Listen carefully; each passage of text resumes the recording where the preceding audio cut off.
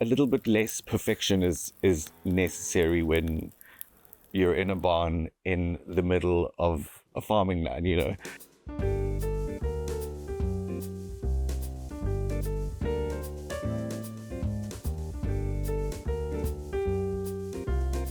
I was brought up on a farm, and so it was very important for me to come back to a farm.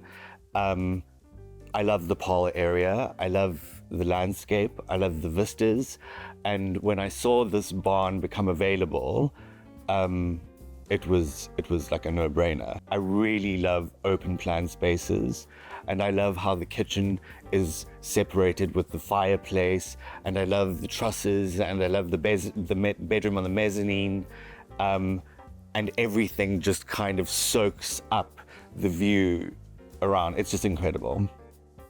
And when I walked into the space and kind of felt immediately the volume of the ceiling and the intricacy of the wooden trusses and the thatch and the smell of the thatch, it was incredible. And then you turn around and you have the view of Paarl. I mean, it was a no-brainer.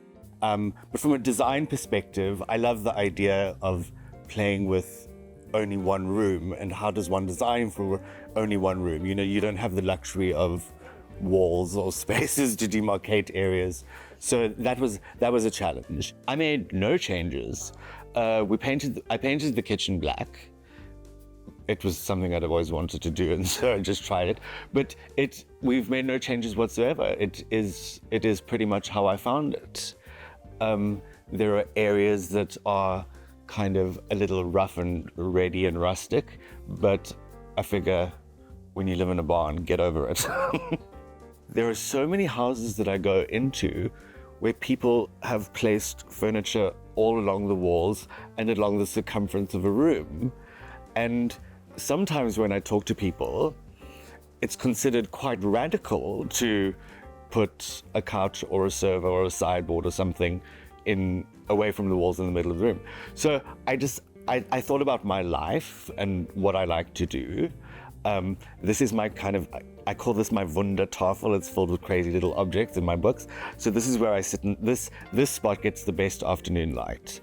This little vase over here is made by a guy called Jean Gabino in a very famous ceramics town in France called Vallauris. And it's a technique called nerriage, which is quite a difficult technique where you take rolls of clay in different colors, and then when you slice through them, they create an image. And so it's like, it looks like nothing, and it doesn't look very special, but it is very special.